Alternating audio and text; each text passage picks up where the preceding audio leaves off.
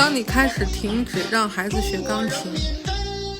不必要等到房子断供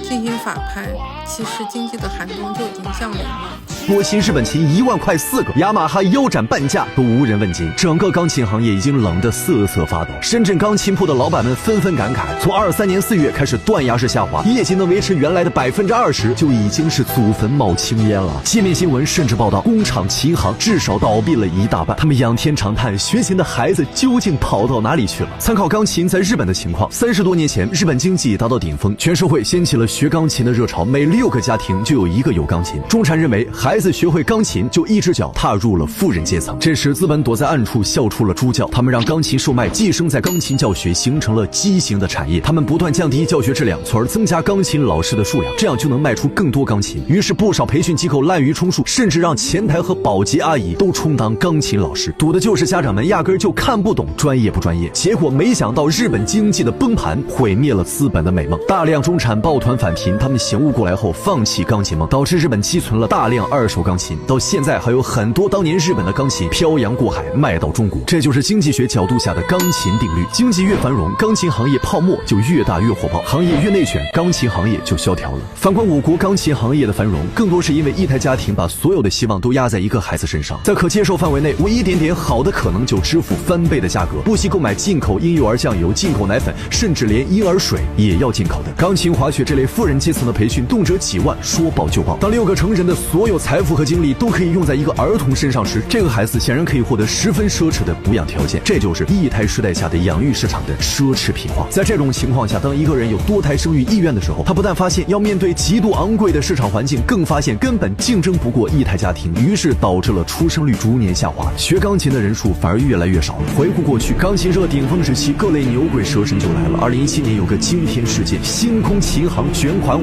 亿跑路，于是国家开始对音乐下手整顿。2018年是钢琴行业的分水岭，在出台取消中考艺术加分的正向整顿后，钢琴行业开始挤掉恶性的泡沫，并在2023年伪中产抱团返贫，出生率下滑后迎来断崖式暴跌。但市场筛掉的只是盲目跟风的家长，钢琴比赛的参赛人数依然有增无减，那些真正热爱的不差钱的人终将坚持下来。展望未来，新中产新白领已经彻底放弃了鸡娃的内卷，他们人间清醒，尽可能留住每一分钱，尽可能给孩子更多的高质量陪伴。毕竟让孩子拥有治愈一生的童年，比什么花拳绣腿都要强。